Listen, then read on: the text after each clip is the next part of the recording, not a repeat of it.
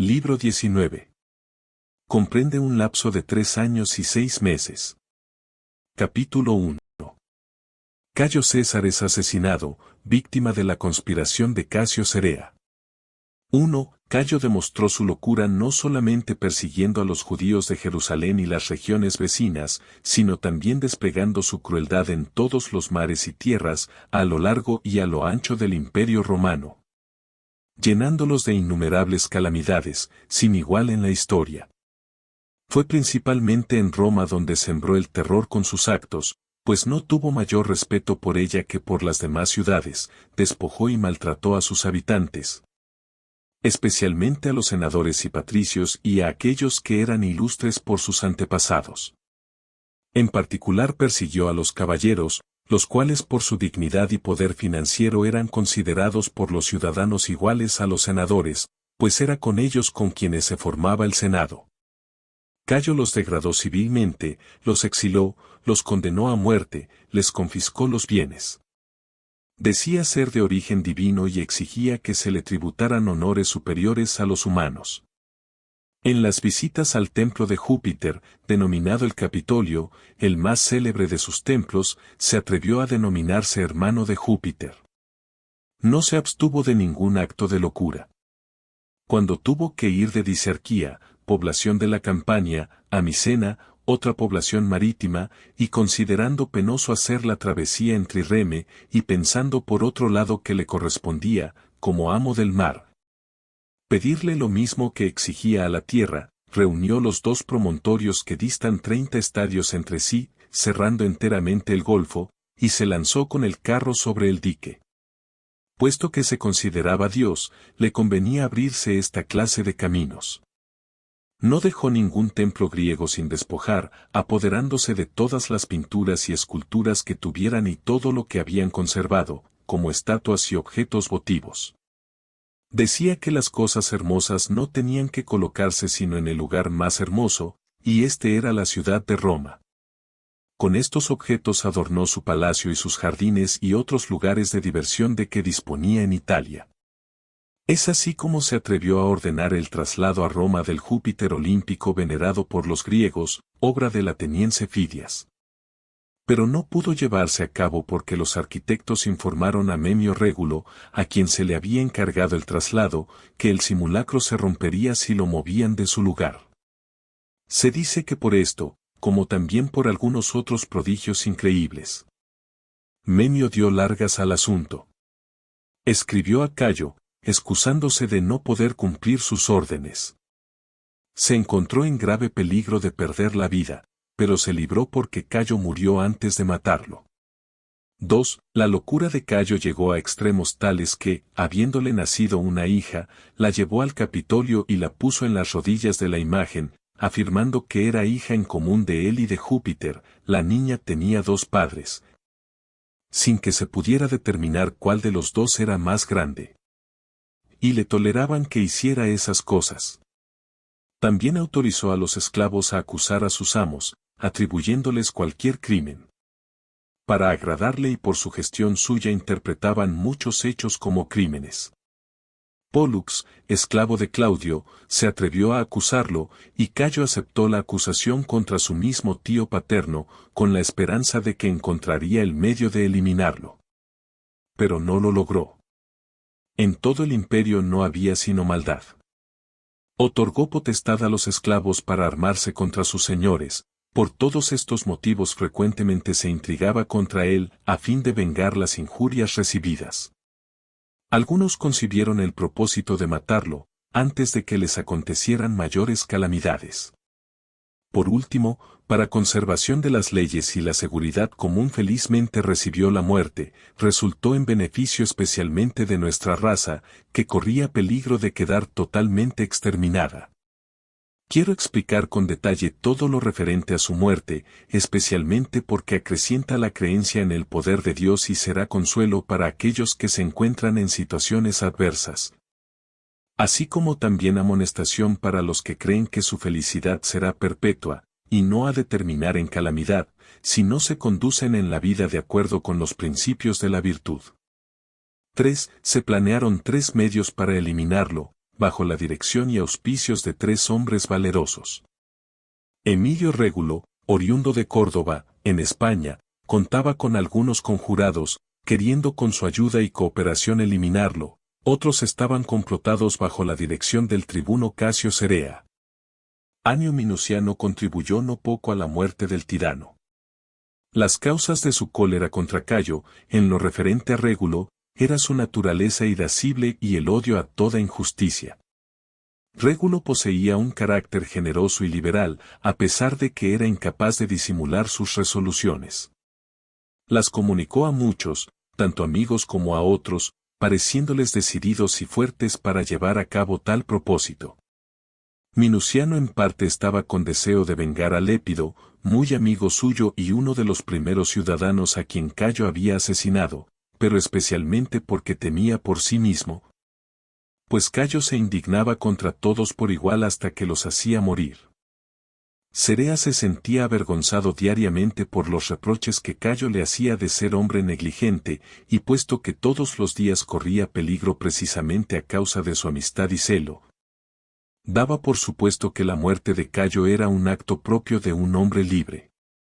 Se dice que todos examinaron en conjunto sus planes, porque todos estaban igualmente amenazados por las violencias de Cayo, y querían eludirlas, eliminando a Cayo. En caso de obtener éxito, sería conveniente que tales hombres, para afirmar la seguridad del Estado, asumieron el poder y, luego de la muerte de Cayo, administraran el gobierno.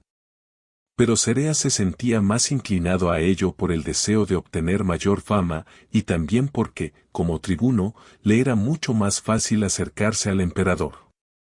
4. Por esta época se celebraban los Juegos Circenses, a los cuales los romanos son muy aficionados. Se reúnen apasionadamente en el circo, y, una vez congregados, dan a comprender al emperador cuáles son sus deseos. Este algunas veces accede a sus pedidos, cuando considera que no es conveniente oponerse. En aquella oportunidad insistieron ante Cayo para que les rebajara los tributos, pues eran sumamente gravosos. Pero Cayo no accedió y como insistieran en sus clamores, ordenó que detuvieran a los que gritaban y sin vacilación dispuso que fueran inmediatamente ejecutados. Sus órdenes se cumplieron, muchos murieron por este motivo. Esto se hizo delante del pueblo, que cesó enseguida en sus gritos, viendo que ante sus mismos ojos eran condenados a muerte los que pedían disminución de los impuestos. Estos acontecimientos fueron una incitación mayor para Cerea, para terminar de una vez con tanta crueldad.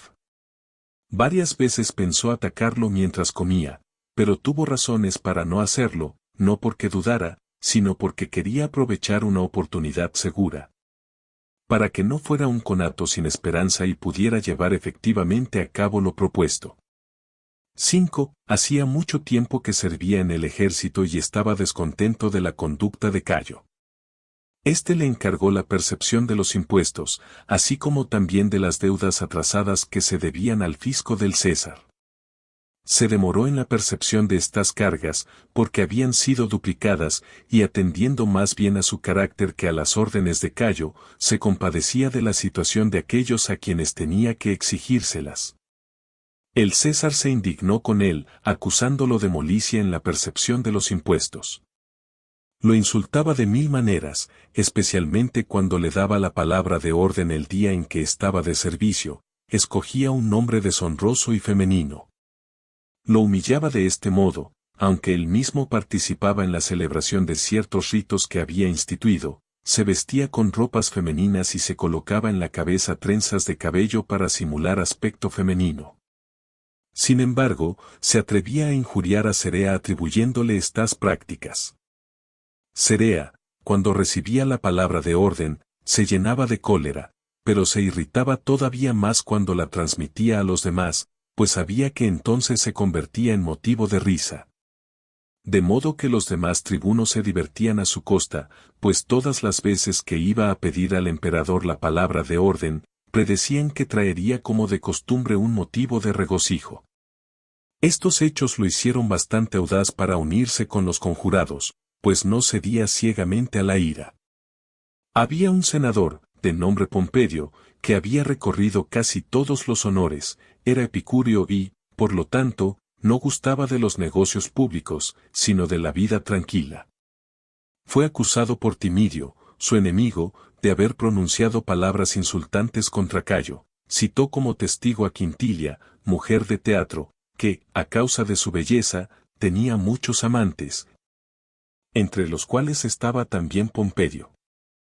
Ella consideró indigno acusar falsamente a su amante de algo que le costaría la vida. Timidio pidió que la hicieran torturar. Cayo, exasperado, ordenó a Cerea que sin tardanza sometiera a la tortura a Quintilia, pues utilizaba por lo común a Cerea para las muertes y suplicios, con la idea de que lo realizaría con mucho más rigor para escapar al reproche de Molicie. Quintilia, llevada al tormento, pisó el pie a uno de sus cómplices para darle a entender que debía animarse y no temer los tormentos que sufriría, pues ella sería valerosa. Cerea la atormentó cruelmente, no por su propia voluntad, sino obligado por la necesidad. Ella no cedió ni aun en medio de los más grandes tormentos. Cerea la llevó a presencia de Cayo, en un estado tan lastimoso que nadie podía mirarla sin compadecerse. Viendo cómo estaba, vejada por los tormentos, Cayo, algo conmovido, absolvió a ella y a Pompedio. Además entregó dinero a Quintilia, para compensarle los daños que había sufrido en el cuerpo y por el valor y ánimo con que sufrió los tormentos. 6. Todo esto afligía mucho a Cerea, como si él mismo fuera la causa de las calamidades que afectaban a los hombres, que eran tan grandes que el mismo Cayo se dignaba consolarlos. Dijo a Clemente y a Papinio, siendo Papinio también tribuno, y Clemente prefecto en el pretorio, a nosotros, oh Clemente, no nos ha faltado voluntad para llevar a cabo todo lo pertinente a la seguridad del emperador. Pues de los que conspiraron, algunos fueron sometidos a muerte por nosotros, otros atormentados a tal extremo que el mismo Cayo se compadeció de ellos. Además, ¿no hemos conducido valerosamente el ejército? Clemente callaba, a pesar de que mostraba que le avergonzaba haber cumplido lo que le ordenaban, sin atreverse, sin embargo, a condenar la locura del emperador, porque pensaba en su propia seguridad, pero Cerea, que había tomado confianza, le habló más libre y audazmente, relatándole las calamidades a que estaba expuesto el imperio. Según lo que se dice, Cayo es considerado como su autor, pero si se mira la realidad, Clemente, yo y Papinio, y tú más que nosotros, somos los encargados de atormentar a los romanos y a todo el género humano. No cumpliendo las órdenes de Cayo, sino nuestra voluntad, pues depende de nosotros el que cesen tantas calamidades contra ciudadanos y súbditos. Como soldados lo obedecemos, convertidos en guardias y victimarios, llevando estas armas no en favor de la libertad y el poderío romanos, sino para la seguridad de aquel que redujo a servidumbre tanto sus almas como sus cuerpos. Nos manchamos todos los días con la sangre de aquellos que matamos o atormentamos, hasta que alguien preste el mismo servicio a Cayo con nosotros. Esto no contribuye a que nos mire con benevolencia, sino sospechosamente, por el gran número de muertos que ha habido. No apaciguará su ira, puesto que se indigna, no en defensa de lo justo y equitativo, sino para complacer su ánimo, y nosotros también seremos objetos de la misma indignación, siendo que deberíamos tener, en cambio, el deber de asegurar a todos la libertad y determinarnos a librarnos a nosotros mismos de estos peligros. 7. Clemente estaba abiertamente de acuerdo con lo que decía, lo aprobaba y elogiaba, pero le dijo que se callara, no fuera que sus palabras llegaran a oídos de muchos. Y divulgándose aquello que debía guardarse en silencio, antes que se llevara a cabo, los condujera a ser condenados a muerte. Debían confiar en el porvenir y tener esperanza, pues podía venir algún socorro inesperado. En cuanto a él, su edad avanzada le impedía un acto tan audaz.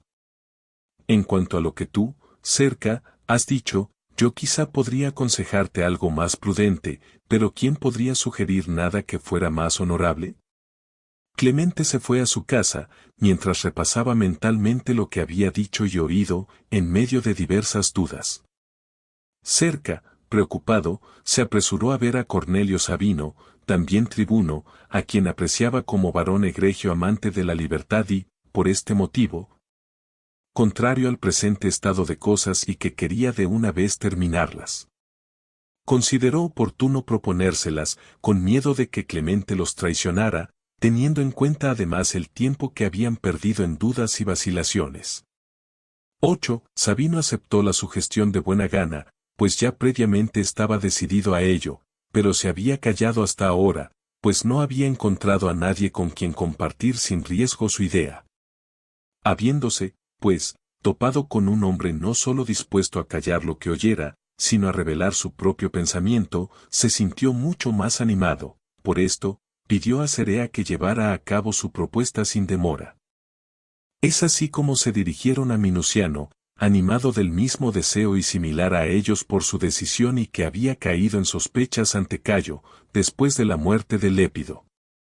Una profunda amistad había unido a Minuciano y Lépido por los peligros que habían corrido juntos. Porque Cayo era temible y no dejaba de ensañarse en cada uno de ellos según su capricho. Sabían que ambos estaban descontentos de tal situación, a pesar de que el miedo del peligro impedía que abiertamente revelaran su pensamiento y su odio contra Cayo. Sin embargo, adivinaban que los dos lo detestaban y esto contribuía a que sintieran un recíproco afecto.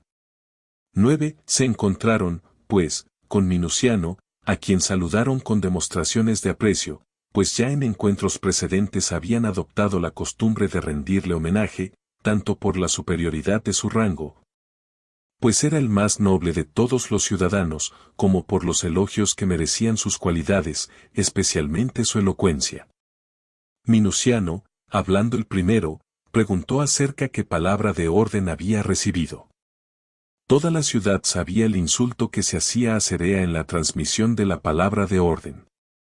Cerea, indiferente a las expresiones de burla, agradeció a Minuciano el hecho de testimoniarle suficiente confianza como para hablar con él. Tú me diste la palabra de orden, libertad. Te agradezco que me citaras más allá de lo que suele ser mi costumbre. No necesito muchas palabras para elevar y reforzar el ánimo, si es que son de tu gusto las cosas que son del mío y si somos de la misma opinión. Ciño una sola espada, pero basta para los dos. Emprendamos la acción, me pongo bajo tu dirección y mando, si es que te place. O me adelantaré confiado en tu ayuda, esperanzado en tu auxilio. No necesitan del hierro aquellos que poseen un ánimo valeroso que hace eficaz al mismo hierro. Me basto para emprender esta tarea, sin el menor miedo por lo que pueda acontecerme. No tengo tiempo para pensar en los peligros, cuando lamento la situación de la patria, que ha descendido la mayor libertad a la servidumbre, estando sin fuerza y autoridad las leyes y todos amenazados por Cayo. Ojalá merezca fe en lo que te digo, puesto que soy de la misma opinión que tú en este particular. 10. Minuciano, conmovido por la vehemencia de sus palabras, lo abrazó, y elogiándolo y estimulándolo le infundió nuevos ánimos y lo despidió con los mayores deseos. Dicen algunos que Minuciano fue todavía más expresivo. Cuando Cerea entraba en el Senado, cuentan que surgió una voz de la multitud instándolo a hacer lo que debía hacer con la ayuda de Dios. Al principio sospechó que, traicionado por alguno de los conjurados, sería detenido, pero finalmente comprendió que eran expresiones de alguien que lo exhortaba, ya fuera que, por instigación de sus cómplices, alguien le diera una señal, o era Dios mismo que contempla las acciones de los mortales y lo inducía a que obrara con ánimo decidido. Eran muchos los que conocían la conjuración, y todos se encontraban armados, tanto senadores, caballeros o soldados. No había nadie que dejara de considerar venturosa la muerte de Cayo, y así todos, del modo que podían, colaboraban fervorosamente y no querían ser menos que los otros. Con suma decisión y por odio contra el tirano se preparaban al hecho, de palabra y con la acción. Entre los conjurados se encontraba Calisto, liberto de Cayo, que había llegado a la cima del poder, igual al del tirano, gracias al miedo que inspiraba a todos y a la gran fortuna que había acumulado. Se apoderaba de todo lo que podía y era insolente con todos, usando su poder con injusticia.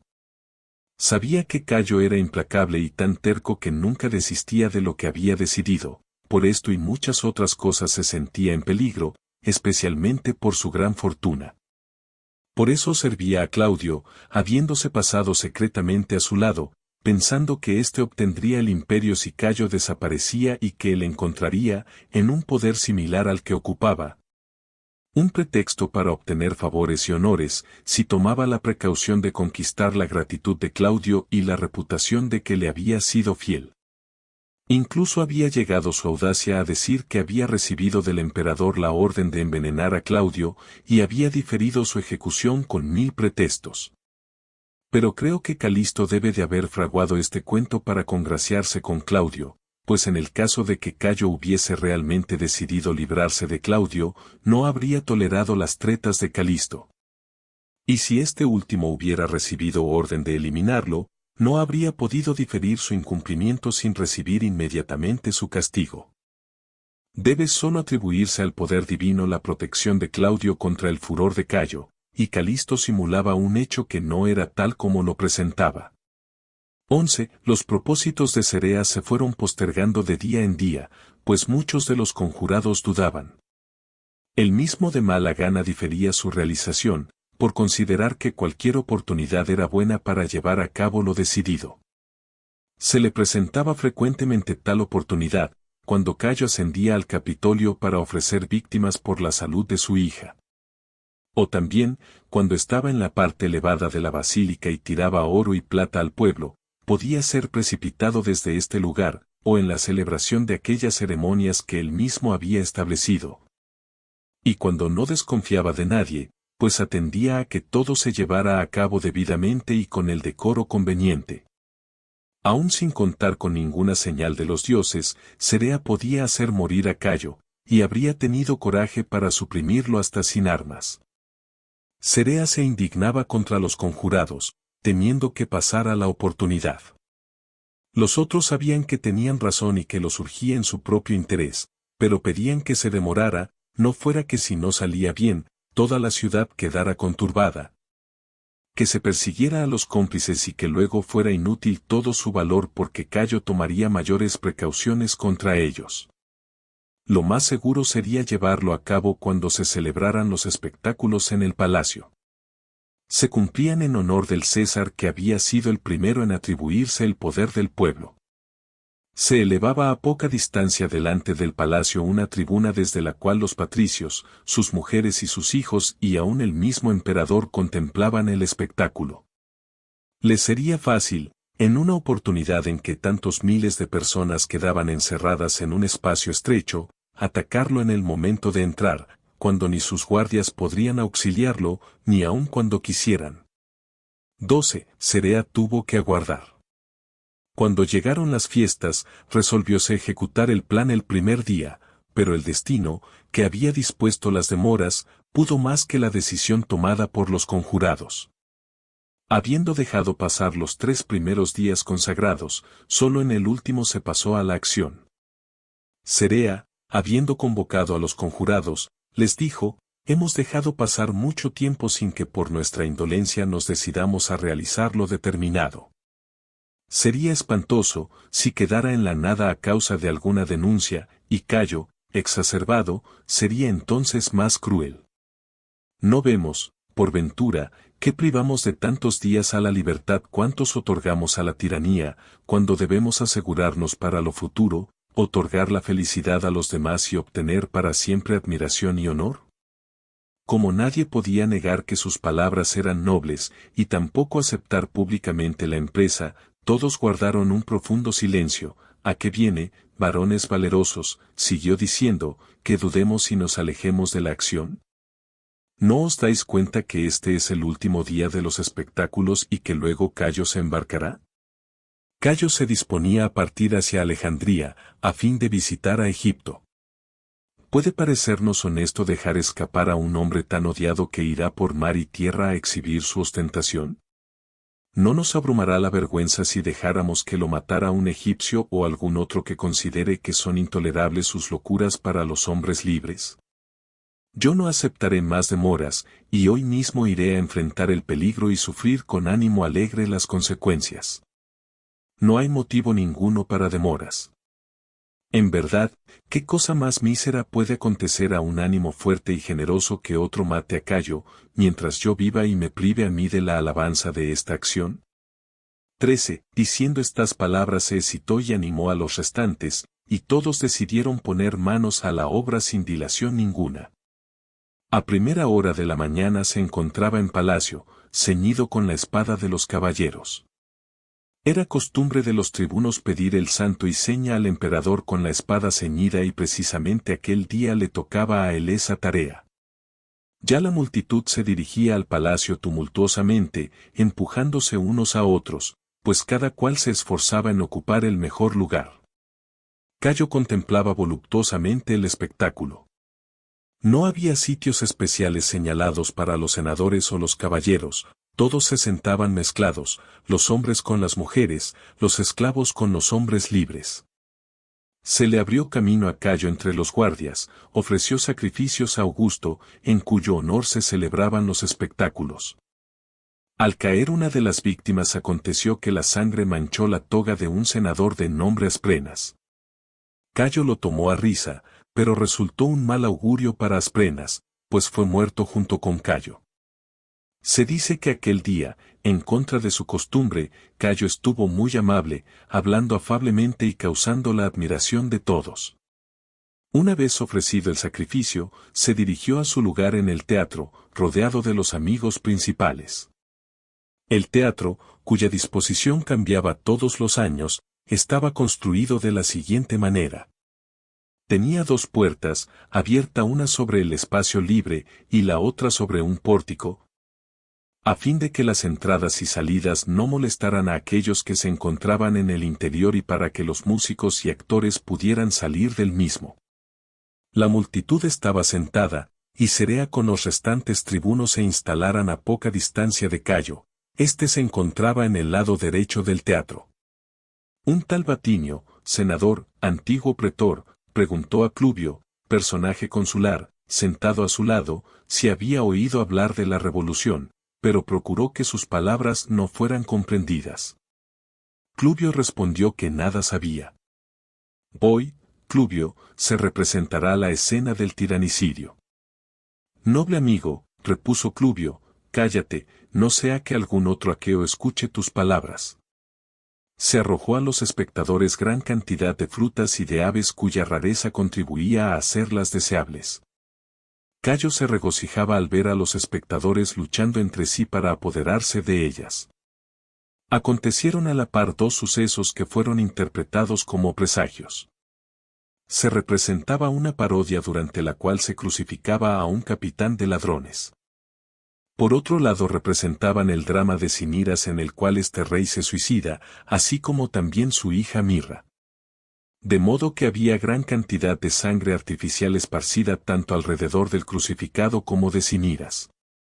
Se sabe también que fue el mismo día en el que Pausanias, amigo de Filipo hijo de Aminita, rey de Macedonia, mató a este cuando penetraba en el teatro. Mientras Cayo dudaba si permanecería hasta el final del espectáculo, por ser el último día, o si iría a bañarse y comer y regresaría, como acostumbraba, Minuciano, sentado más arriba de Cayo. Temeroso de que también en esta oportunidad se dejara de cumplir lo decidido, se levantó, cuando vio salir a Cerea, para ir a alentarlo. Cayo, tomándolo por la toga, le dijo amigablemente, ¿a dónde te diriges, buen hombre? Volvió a sentarse, aparentemente por respeto al César, pero sobre todo por el miedo que lo dominaba. Sin embargo, poco después se levantó de nuevo, sin que Cayo le impidiera esta vez la salida, creyendo que se trataba de satisfacer una necesidad. Asprenas, que también formaba parte del complot, invitó a Cayo a salir, como acostumbraba, para lavarse y comer y regresar después, pues quería que se cumpliera lo que habían decidido. 14. Cerea y sus compañeros se habían ubicado en sus correspondientes lugares, donde debían permanecer para secundar la acción de sus amigos. Aguantaban impacientes la demora, pues era casi la 9ª hora del día. Cerea tenía el propósito, al ver que Cayo tardaba, de ir a atacarlo en su sitio. Pero comprendió que no podría llevarlo a cabo sin la muerte de muchos caballeros y senadores. A pesar de ello, estaba decidido a hacerlo, si con esas muertes se conseguían la libertad y la seguridad de todos. Ya estaba por dirigirse hacia la entrada del teatro, cuando un pequeño tumulto indicó que Cayo se había levantado. Los conjurados dispersaron a la multitud, con el pretexto de que a Cayo le disgustaba su presencia, pero en realidad para su propia seguridad, y para privar a Cayo de protección antes de matarlo. Lo precedían su tío Claudio, Marco Vinicio, el esposo de su hermana, así como también Valerio Asiático, a los cuales, aunque lo hubieran querido, no era posible cerrarles el paso, a causa de su dignidad. Venía después Cayo con Paulo Arruntio. Cuando estuvo dentro del palacio se apartó del camino directo, donde se encontraban los criados que debían servirle, y por donde lo habían precedido Claudio y los demás. Siguió por un corredor desierto y oscuro para ir a los baños, así como también para ver unos esclavos llegados de Asia, enviados unos para cantar en los misterios que se celebraban, y otros para ejecutar danzas pírricas en el teatro. Cerea le salió al encuentro y le pidió el santo y seña. Le dio como consigna algo oprobioso y ridículo. Entonces Cerea lo insultó y, sacando su espada, le infirió una herida grave, aunque no mortal. Algunos dicen que Cerea lo hizo a propósito para no matarlo de golpe y atormentarlo con golpes repetidos. Sin embargo, no parece creíble esta opinión, pues el temor que acompaña esta clase de hechos no permite tales razonamientos. Si esta hubiera sido la intención de Cerea, yo lo consideraría como el más estúpido de los hombres, por querer hacer concesiones a su cólera en lugar de ponerse a salvo él y los demás conjurados.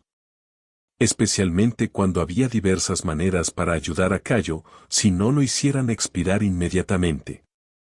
Cerea habría logrado, más que castigar a Cayo, perjudicarse él mismo y los demás conjurados, y pudiendo realizar la acción y huir sin exponerse a la ira de los que vengarían al emperador, habría conseguido, sin conocer el resultado, perderse a sí mismo y desbaratar una ocasión favorable. Pero que cada uno juzgue a su arbitrio en este asunto.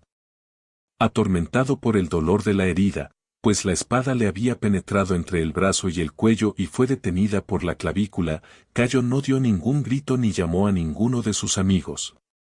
Ya sea porque no se fiara de nadie o por no haber pensado en ello. Gimiendo por el excesivo dolor, escapó hacia adelante para huir. Cornelio Sabino lo encontró, cuando creía que ya estaba muerto, y lo hizo caer de rodillas. Rodeado por muchos, excitados por el mismo propósito, todos lo hirieron con sus espadas, animándose mutuamente a volver a herir una y otra vez. Se cree que fue Aquila quien le dio el golpe final, que terminó con su vida. Sin embargo, es a Cerea a quien hay que adjudicarle el hecho. Muchos participaron de la conjura, pero él fue el primero en imaginarla y, con prioridad a los demás, decidió cómo debía realizarse, y fue el primero en comunicar su intención a los otros. Cuando los demás estuvieron de acuerdo en su propuesta para matar a Cayo, reunió a los confabulados y dispuso todo con gran sagacidad. Cuando llegó el momento de demostrar decisión y acción, como había sido el primero en incitar a los otros con la palabra para llevar a cabo algo sumamente difícil, así también fue el primero en lanzarse a iniciar la muerte de Cayo, a quien entregó en manos de los demás, medio muerto, para que fácilmente lo ultimaran. De tal modo que lo que hicieron los demás, se debe atribuir a los consejos, al coraje y a la fortaleza de Cerea. 15. Cayo yacía sin vida, lleno de heridas. Cerea y sus compañeros, después de matar al César, se dieron cuenta que no podrían volver sin peligro por el mismo camino. Estaban asustados de su acto, pues se veían amenazados por haber dado muerte a un emperador reverenciado y querido por un populacho insensato. Muy pronto los soldados irían a buscarlos, para derramar su sangre. Además, el pasaje donde acababan de realizar su acto era estrecho, obstruido por el gran número de servidores y de soldados que en este día estaban de guardia junto al emperador. Tomando otro camino se retiraron a la casa de Germánico, padre del Cayo que acababan de matar. Esta casa estaba junto al palacio, con el cual formaba una unidad, aunque los edificios construidos por cada uno de los emperadores tuvieran un nombre particular, según quien los hubiera hecho construir o los que hubieran sido los primeros en habitar parte del mismo. Habiendo escapado a las turbas, por el momento se sentían seguros, mientras se desconociera lo que había acontecido al César. Los primeros en informarse de la muerte de Cayo fueron los germanos, eran sus guardias, llamados así por el pueblo donde eran enrolados y donde se reclutaba la legión celta. Entre ellos la cólera es una característica nacional, común con otros bárbaros que usan poco la razón. Confían más en su fuerza y ferocidad, y son los primeros en atacar, de modo que donde ellos acometen son de mucho valor para la victoria. Estos, cuando se informaron de la muerte de Cayo, lo sintieron intensamente, no por consideración a sus méritos, sino mirando a su propia comodidad, pues Cayo los había conquistado mediante muchos beneficios. Con las espadas desenvainadas buscaron a los matadores del César y penetraron en las casas, dirigidos por Sabino, su tribuno, no por sus propios méritos o los de sus antepasados, pues había sido gladiador, sino elevado a ese cargo por su vigor corporal. Recorriendo el palacio al primero que encontraron fue a Asprenas, cuya toga estaba manchada con la sangre de los sacrificios. Lo mataron, cumpliéndose el presagio de que hablé anteriormente. El próximo fue Nórbano, uno de los ciudadanos más nobles, quien contaba con más de un general victorioso entre sus antepasados. No respetaron su dignidad. Era hombre de mucho vigor y se trabó en lucha con el primero que lo atacó, le quitó la espada y, poco dispuesto a morir sin vengarse, atravesó a muchos que lo atacaban, hasta que al final murió acribillado de heridas. El tercero fue Antejo, un senador. Se encontró con los germanos, no por casualidad como los anteriores, sino por curiosidad, pues quiso contemplar a Cayo tendido en tierra y satisfacer así el odio que le tenía. El padre de Antejo, que llevaba el mismo nombre, había sido desterrado por Cayo, el cual, no satisfecho con eso, envió soldados para que lo mataran. Este era el motivo de que el hijo se alegrara por la muerte de Cayo, manifestándose la alegría en sus ojos, al contemplarlo postrado. Estando la casa agitada, no logró escapar a los germanos que todo lo inspeccionaban y se enfurecían al extremo de matar a los que se encontraban, fueran o no culpables. Es así como estos hombres fallecieron. 16. Cuando llegó al teatro el rumor de que habían matado a Cayo, la gente quedó primeramente estupefacta, sin dar crédito a lo que se le decía. Algunos, aunque se sintieron contentos por su muerte, y hubieran dado mucho para que ello fuera cierto, se mostraron incrédulos por temor. Otros no lo creyeron porque no querían que le hubiese pasado esa desgracia a Cayo, y no querían aceptar la verdad, juzgando imposible que un hombre tuviera bastante valor para llevar a cabo un acto de esa índole. Eran mujeres, gente joven, los esclavos y algunos de los soldados. Estos, en efecto, recibían sueldo de Cayo y lo ayudaban a ejercer la tiranía, sirviendo sus caprichos y torturando a los más poderosos ciudadanos, obtenían a la vez honores y riquezas. En cuanto a las mujeres y los jóvenes estaban seducidos, como es habitual entre el vulgo, por los espectáculos, los combates de los gladiadores y la distribución de ciertos víveres. Tales hechos, se decía, se realizaban en interés del pueblo romano, pero en realidad para satisfacer la locura y la crueldad de Cayo, y los esclavos, finalmente, por el permiso que se les otorgó de acusar y menospreciar a sus señores, pues así les era posible buscar la protección de Cayo, si aquellos los injuriaban. De buena gana les creían las mentiras contra sus señores y, al denunciar su fortuna, se aseguraban no solo la libertad, sino también la riqueza, gracias a la recompensa que les daban a los acusadores, que se elevaba a la octava parte de sus bienes. En cuanto a los patricios, aunque el rumor les pareció verosímil, quizá porque conocían el complot, o porque lo deseaban y anhelaban vehementemente, no solamente ocultaron el gozo que les proporcionó la noticia, sino que se guardaron su opinión sobre el hecho. Algunos temían que una esperanza falsa les trajera un castigo, si se apresuraban a descubrir su pensamiento. Otros, los que estaban al corriente por haber participado en la conjuración, se ocultaban más aún, recelándose mutuamente, y temiendo hablar con gente que pudiera denunciarlos al tirano, si vivía aún. Se esparció otro rumor, que Cayo no había muerto, había sido herido y estaba siendo atendido por los médicos. Nadie se fiaba de nadie, para expresar lo que realmente sentía. Si era amigo de Cayo, se haría sospechoso de haber favorecido la tiranía; si lo odiaba, su malevolencia anterior no conferiría confianza a sus palabras.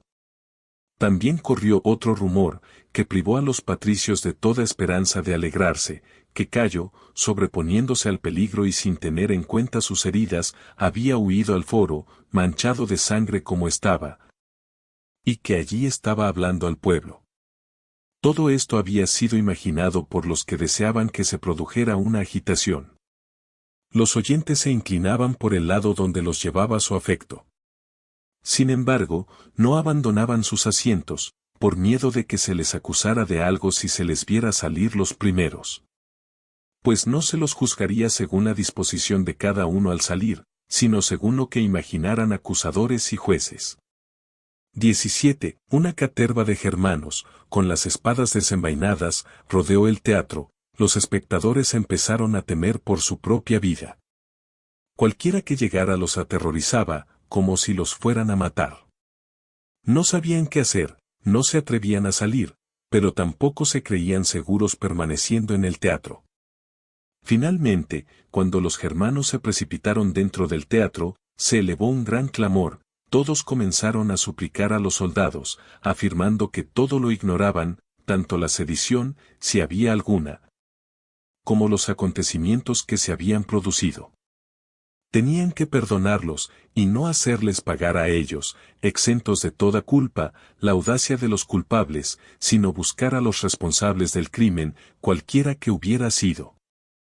Decían estas cosas y otras similares con gran aflicción y llanto, imploraban para eludir el peligro inminente, como si cada uno de ellos estuviera en el extremo de perder la vida. Con tales ruegos se apaciguó la ira de los soldados y desistieron de lo que en su ánimo habían imaginado contra los espectadores. Les pareció una crueldad, a pesar de su exasperación y de haber colocado en el altar la cabeza de Asprenas y otras víctimas. Al contemplarlas, fue todavía más intensa la conmoción de los espectadores, que pensaran en la dignidad de aquellos hombres y la suerte mísera que les había tocado. Poco faltó para que olvidaran sus propios peligros. Conmovidos por aquel espectáculo, ignorantes de cuál sería el fin de todo ello, en el supuesto caso de que escaparan al peligro. Los que odiaban a Cayo, se vieron privados de la consiguiente alegría derivada de su muerte, pues estaban en trance de perder la vida, y les parecía que no quedaba esperanza ninguna de conservarla. 18. Había un cierto Evaristo Arruntio, pregonero de ventas, dotado de una fuerte y poderosa voz, el cual había adquirido una riqueza tal que igualaba a la de los más opulentos. Hacía en Roma lo que más le placía, tanto en aquel momento como después. Se dispuso a dar las mayores muestras de aflicción, a pesar de que Cayo era el más menospreciado de todos los hombres, pero, en el momento actual, convenía adecuarse a lo que aconsejaban el temor y la astucia a fin de asegurarse la seguridad. Asumiendo un aspecto lúgubre, se adelantó al teatro y anunció la muerte de Cayo, pues no podía tolerar que el pueblo estuviera por más tiempo en la ignorancia de lo que había acontecido.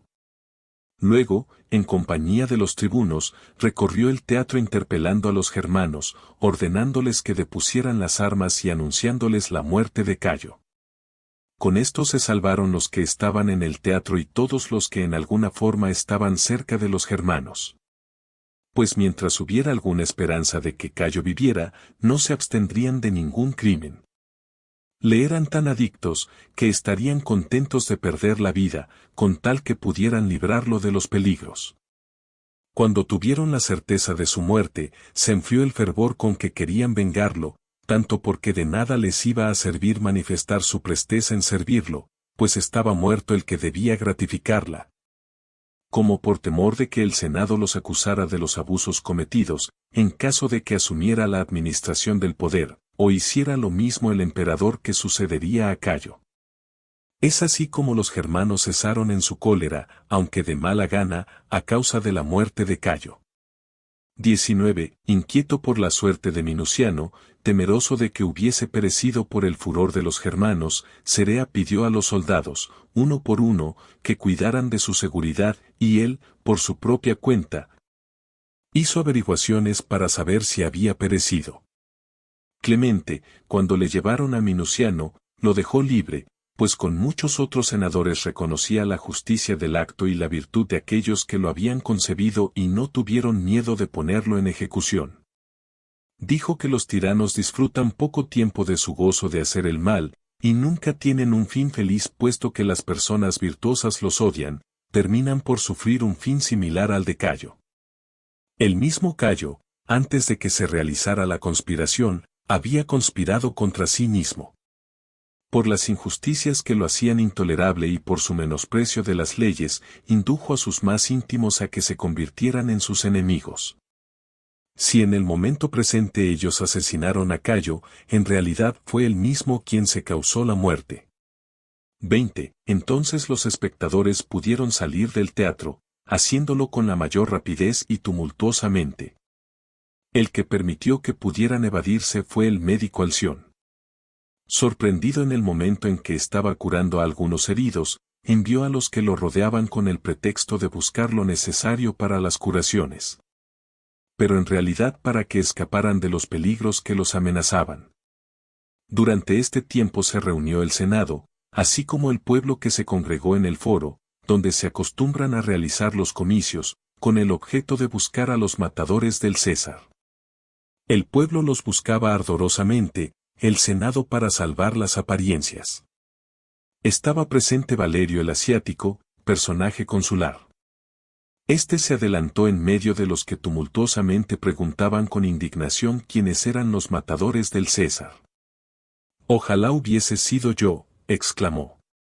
Los cónsules promulgaron un decreto de acusación contra Cayo. Ordenaron al pueblo presente y a los soldados que se retiraran. Al pueblo le prometieron una rebaja en los impuestos y a los soldados grandes premios si conservaban el orden habitual sin dejarse llevar por la violencia.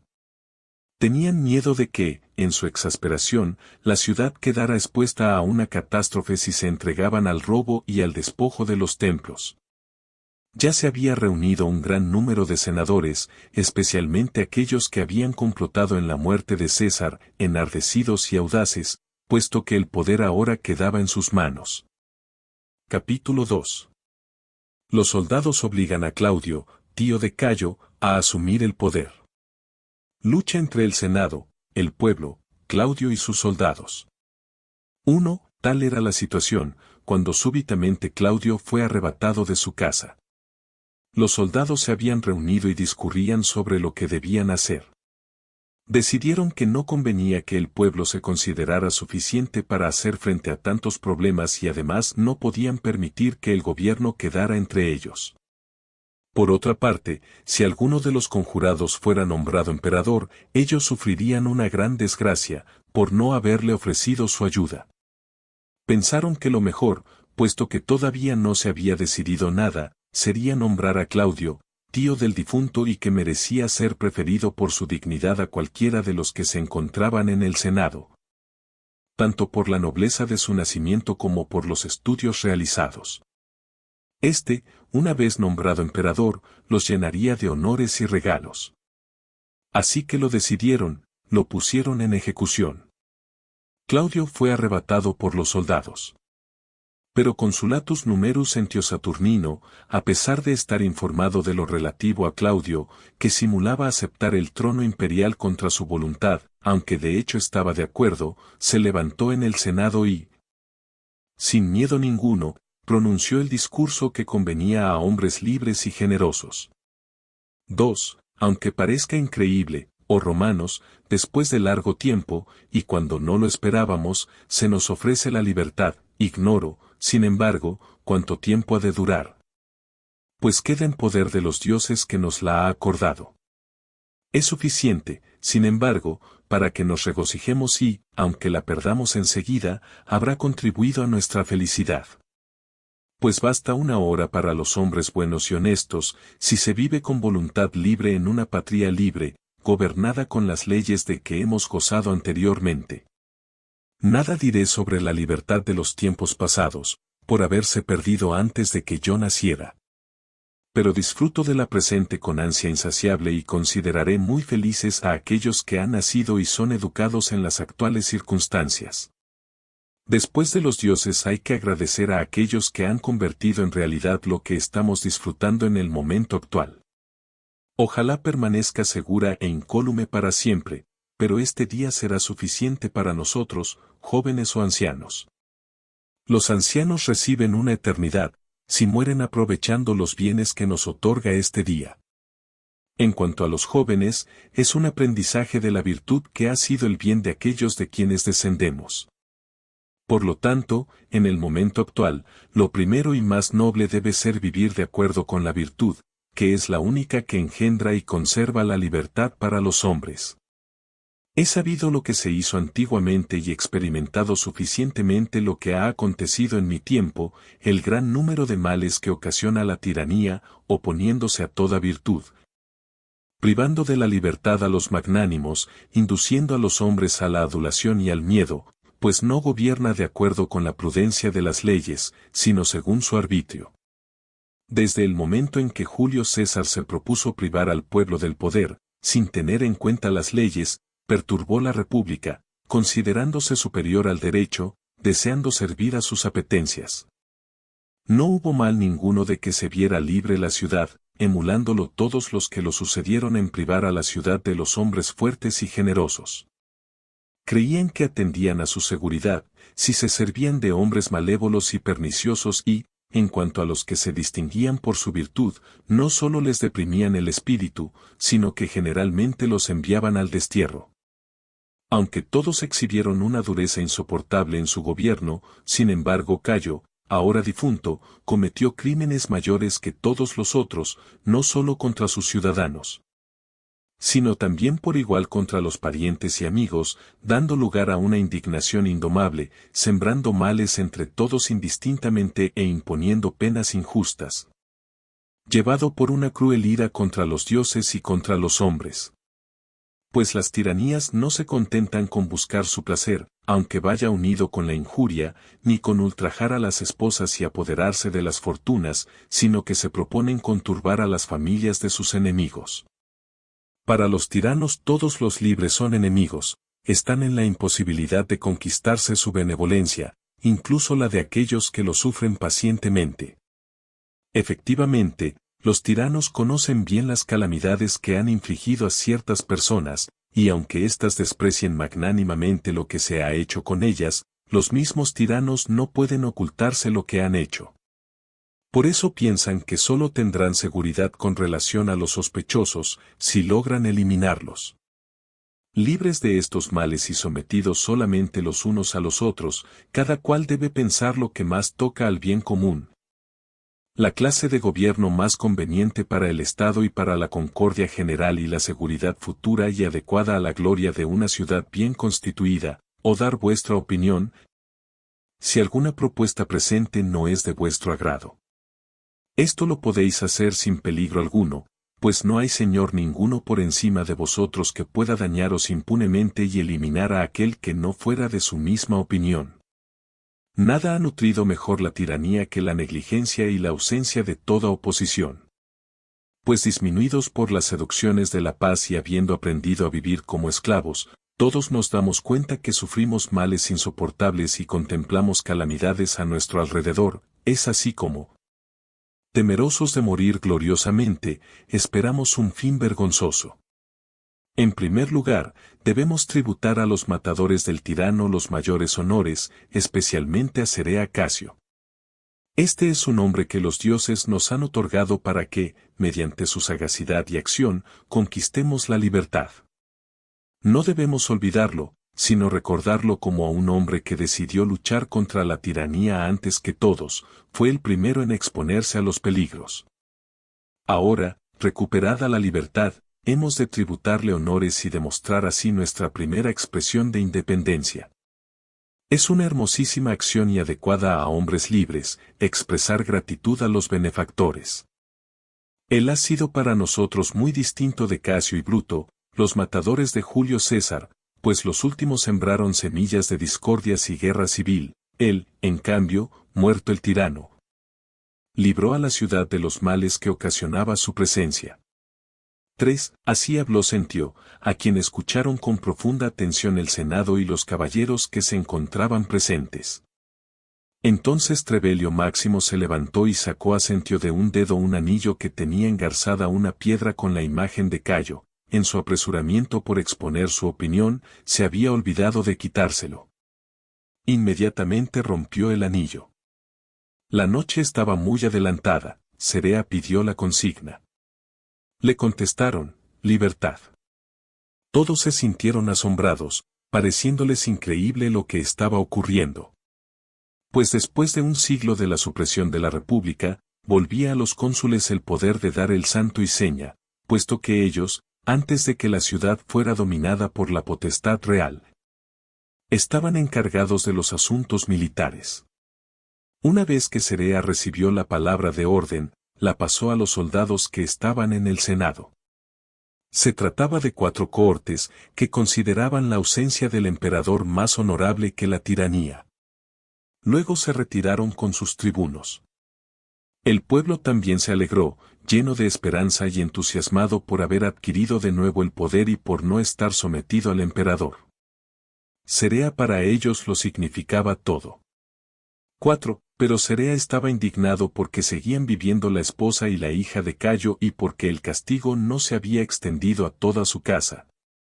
Pues cualquiera de ellos que quedara con vida podía convertirse en un peligro para la ciudad y las leyes, y además, dispuesto a completar sus designios y satisfacer su odio contra Cayo, encargó a Julio Lupo, uno de los tribunos, que matara a la esposa y a la hija del César.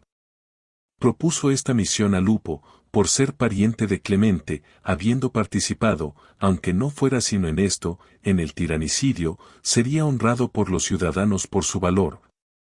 Al igual que si hubiera participado en toda la empresa con los demás conjurados. A algunos de los conjurados les pareció cruel emplear la violencia con una mujer, pues había sido más por sus instintos naturales que por consejo de ella que Cayo cometió los crímenes que llevaron el Estado a la desesperación. Otros, al contrario, creían que la mujer era tan responsable como el de todo lo que había acontecido, por haberle dado un filtro para conquistar en favor suyo su ánimo y su amor y mantenerlo dominado. De tal manera que, reducido a la locura, había sido ella la que fraguara la serie de hechos cometidos contra los romanos y el orbe que les estaba sometido. Decidida la muerte, pues nada consiguieron los que opinaron lo contrario, se dio el encargo a Lupo. Debía realizarse sin ninguna demora, no fuera que se omitiera algo que era para el bien común. Habiendo penetrado en el palacio, sorprendió a Cesonia, la esposa de Cayo, tendida al lado de su esposo, que yacía en el suelo desprovisto de todo lo que se acostumbra a hacer con los muertos. Estaba manchada con la sangre de las heridas y muy afligida por su desgracia. Su hija estaba echada a su lado. En esta situación no se oían más que los reproches que Cesonia dirigía a Cayo por no haberla escuchado cuando ella tantas veces lo amonestara. Estas expresiones, entonces, lo mismo que ahora, se prestan a una doble interpretación, según la disposición de ánimo de los que las oyen, quienes pueden darles el significado que más les plazca. Algunos las interpretan como si quisiera decir que le había aconsejado que tuviera una mentalidad más serena y que dejara de ser cruel con los ciudadanos, a fin de no ser muerto por ellos. Otros lo interpretan en el sentido de que, habiendo percibido rumores de la conjuración, le había aconsejado que inmediatamente y sin demora hiciera morir a todos, librándose así de todo peligro. Y que le reprochaba haber procedido con demasiada negligencia, a pesar de sus amonestaciones. Estas son las diversas interpretaciones de lo que decía Cesonia. Cuando vio a Lupo, le mostró el cadáver de Cayo, y con lágrimas y lamentos le dijo que se acercara. Al ver que no lo hacía, y que parecía estar preparándose para cumplir algo contra su voluntad, comprendió el motivo de su venida, descubrió su garganta, tomando por testigos a los dioses.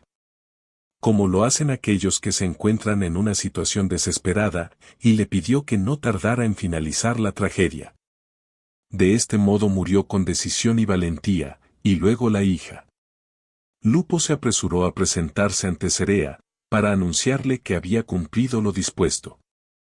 5. Cayo murió de este modo, después de haber gobernado a los romanos durante 4 años y 4 meses.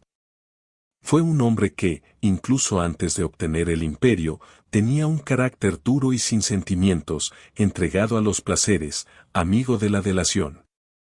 Se atemorizaba por todo, y por esto, una vez en el poder, estaba dispuesto a matar. Cuando disfrutó del imperio, se comportó feroz y locamente aún contra aquellos que de ninguna manera debía tratar indebidamente, matando y no respetando las leyes y buscando las riquezas para sí. Quiso ser más que los dioses y las leyes, y resultó perverso para el pueblo. Aquello que la ley consideraba vergonzoso y condenable, parecíale más honorable que la virtud. No tenía en cuenta a los amigos, aunque estuvieran ubicados en altos puestos. Se indignaba contra ellos, infligiéndoles castigos por la menor causa. Para él eran enemigos todos los que eran respetados por su virtud. Quería que se cumpliera lo que ordenaba su indómita y desenfrenada voluntad.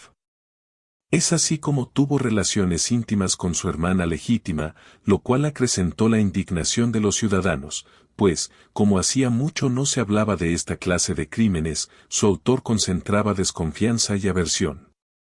No se recuerda de él ninguna acción grande o digna de un rey que haya hecho en beneficio de sus contemporáneos o la posteridad. Excepto los trabajos realizados en los alrededores de Regio y de Sicilia para recibir a los navíos llenos de trigo que venían de Egipto, obra muy considerable y favorable a la navegación. Pero no la terminó, la dejó inconclusa por su negligencia. Se preocupó, en cambio, de cosas inútiles, de modo que mientras gastaba grandes cantidades en sus placeres, en aquello que significaba una mejora dejaba de ser liberal y pródigo. Era muy buen orador, bien ejercitado tanto en el griego como en el latín. Captaba de inmediato lo que se decía, respondiendo adecuadamente a los discursos preparados diligentemente, de manera que parecía gozar del don de persuadir con mayor intensidad que otros. Tanto por su ingenio como por su práctica. Se lo obligó a recibir mucha instrucción, por ser hijo del hermano de Tiberio, del cual fue sucesor, puesto que el mismo Tiberio sobresalía en el particular y Cayo rivalizaba con él para obtener las órdenes de César. Era el primero en Roma entre los de su edad. De nada le aprovecharon las cosas buenas que aprendió en su instrucción para librarse de la maldad a la que se inclinaba. Resulta difícil moderarse y gobernarse para aquellos que no están obligados a dar cuenta de lo que hacen y que tienen expedito el camino para proceder arbitrariamente.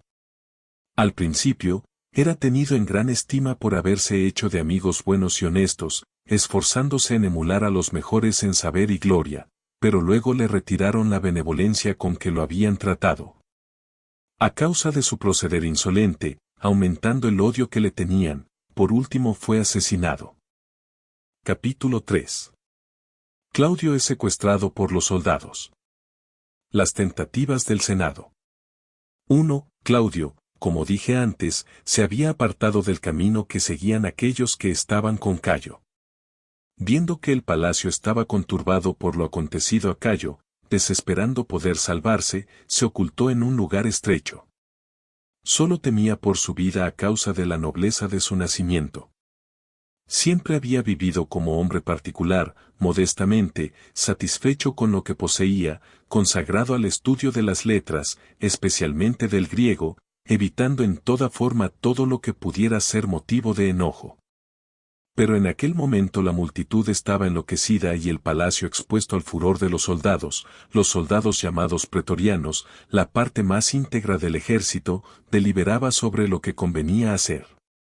Los que se encontraban allí no pensaban en vengar a Cayo, pues creían que había sufrido su fin con justicia, Antes bien pensaban en qué forma podrían arreglar lo mejor posible sus propios asuntos. Los germanos, por su parte, querían castigar a los matadores, más para dar salida a su crueldad que con miras al bien común. Todo esto aumentaba la inquietud de Claudio, preocupado por su seguridad, especialmente cuando vio que se llevaban las cabezas de Asprenas y de otros asesinados. Subido sobre unos escalones a escasa distancia, se mantenía oculto, disimulado entre las sombras que lo rodeaban. Lo vio Grato, uno de los soldados encargados de la guarda del Palacio Real, pero no lo reconoció porque no le distinguió la cara en la oscuridad. Tomándolo por un sospechoso, se acercó. Claudio le pidió que se alejara. Grato supo entonces quién era, y dijo a los que lo seguían: «Es Germánico. Hagámoslo emperador». Claudio, cuando los vio dispuestos a sacarlo de aquel lugar, temeroso de que lo mataran en la misma forma que a Cayo, les pidió que lo perdonaran, recordándoles que nunca había molestado a nadie e ignoraba lo acontecido. A estas palabras Grato sonrió, y tomándole la mano derecha le dijo: «No sigas, Señor, hablando humildemente de tu salvación, te conviene pensar con ánimo elevado sobre el imperio que los dioses, luego de habérselo quitado a Cayo, otorgaron a tu virtud, para bien del universo. Esfuérzate, y exige para ti el reino de tus antepasados». Lo sostenía ante la imposibilidad en que se encontraba de mantenerse en pie, por el miedo y el gozo a la vez que esas palabras le causaron. 2. A todo esto se había reunido alrededor de Grato una gran multitud de guardias. Al ver que conducían a Claudio se mostraron indignados, pues creían que lo querían condenar a muerte. A pesar de que durante toda su vida se había mantenido alejado de los asuntos públicos y había estado expuesto a muchos peligros durante el gobierno de Cayo. Algunos opinaron que eran los cónsules quienes tenían que decidir sobre el particular. Se les agregó un gran número de soldados, y la multitud se dispersó. Claudio apenas podía caminar a causa de su debilidad física, pues los portadores de su litera habían huido al enterarse de su detención, suponiendo perdido a su señor. Cuando llegaron a la plaza del palacio, la cual según la historia fue el primer lugar habitado de Roma, donde ya se discutían los problemas públicos, se congregó un número mucho mayor de soldados. Gozosos de ver a Claudio y deseosos de proclamarlo emperador a causa del afecto que habían sentido por Germánico, su hermano, que había dejado el más glorioso recuerdo entre aquellos que lo conocieron.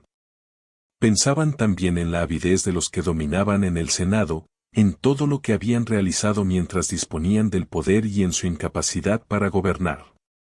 Consideraban, además, lo peligroso que sería para ellos que la totalidad del poder pasara a una sola persona, que no fuera Claudio, en tanto que éste, si recibiera el poder por su consentimiento y ayuda, y en recuerdo del beneficio recibido, les retribuiría el honor otorgado. 3. Estas eran las ideas que cambiaban entre ellos y exponían a los que no dejaban de afluir continuamente, los que inmediatamente las apoyaban con entusiasmo. Se lo llevaron en alto, rodeado de gente armada, al campamento, a fin de que nadie pudiera oponérseles. Entretanto surgió una disensión entre el pueblo y el Senado. El Senado pedía que se le devolviera la preeminencia que tuviera anteriormente, deseando evitar la servidumbre sufrida por la insolencia de los tiranos. El pueblo se oponía, creyendo que el poder imperial era un freno para las ambiciones del Senado y una protección para el pueblo. Por este motivo se alegró por el rapto de Claudio, considerando que si él llegaba a ser emperador no habría peligro de que estallara una guerra civil análoga a la que sufrieron en los tiempos de Pompeyo. Cuando en el Senado se supo que los soldados se habían llevado a Claudio a su campamento, le enviaron hombres prestigiosos, para advertirle que no se sirviera de la violencia para conseguir el imperio y obedeciera al Senado. Pues él estaba solo frente a ellos y debía dejar a la ley el cuidado de preocuparse por el bien público. Que recordara los males que habían infligido al Estado los tiranos anteriores y que él mismo había sufrido mientras gobernaba Cayo. Habiendo odiado la crueldad de la tiranía cuando otros la ejercían, ahora sería él quien hiciera tal injuria a la patria. Si se dejaba persuadir y perseveraba en su virtud y tranquilidad como antes, recibiría los honores que se otorgan a los ciudadanos libres, se granjearía la estima general de hombres de bien, respetando la ley y aceptando ser jefe o súbdito. Pero si quería apartarse de lo que habían decidido, sin que le sirviera de ejemplo la muerte de Cayo, por su parte no se lo iban a permitir. Pues tenían de su lado gran número de soldados y les sobraban armamentos y una multitud de esclavos dispuestos a ayudarlos. Pero sobre todo confiaban en que el destino y los dioses no ayudan sino a aquellos que luchan en favor de la rectitud y honestidad. Estos son los que luchan por la libertad de la patria. 4. Los mensajeros, que eran Beranio y Broco, tribunos del pueblo, expresaron estas ideas y postrándose de rodillas le rogaron que no fuera causa de guerra y disturbios en la ciudad. Pero cuando vieron que estaba rodeado de un gran número de soldados, contra los cuales no podrían medirse las fuerzas consulares, agregaron que, en el supuesto de que deseara el imperio, que lo recibiera de manos del Senado. Pues gobernaría con mejores auspicios y felicidad, si lo obtenía no por la violencia sino por la voluntad de los que se lo dieran. Capítulo 4. El rey Agripa va al Senado como embajador de Claudio. Las tropas del Senado se pasan a Claudio. 1. A Claudio le disgustó la arrogancia de esa embajada, pero, por el momento, de acuerdo con el consejo de los delegados, optó por la moderación. Ya se sentía seguro, en parte animado por la audacia de los soldados y también por el rey Agripa, quien le exhortaba a que no renunciara a un imperio que se le ofrecía sin que hubiera hecho nada para ello. Agripa se comportó con Cayo como debía comportarse un hombre honrado por él, abrazó su cadáver, y luego de acostarlo en una cama y darle los cuidados que le fueron posible, se dirigió a los guardias diciendo que Cayo vivía todavía, que sufría a causa de las heridas recibidas y que los médicos estaban con él. Al saber que los soldados habían raptado a Claudio, se apresuró a ir a su lado. Lo encontró preocupado y dispuesto a ceder al pedido del Senado, y lo animó y lo exhortó a que retuviera el imperio. Después de estas exhortaciones se retiró. Cuando el Senado lo mandó llamar, se perfumó la cabeza como si saliera de un banquete, se presentó y pidió a los senadores noticias de Claudio. Le dijeron cómo se encontraba la situación y, a su vez, le pidieron su opinión.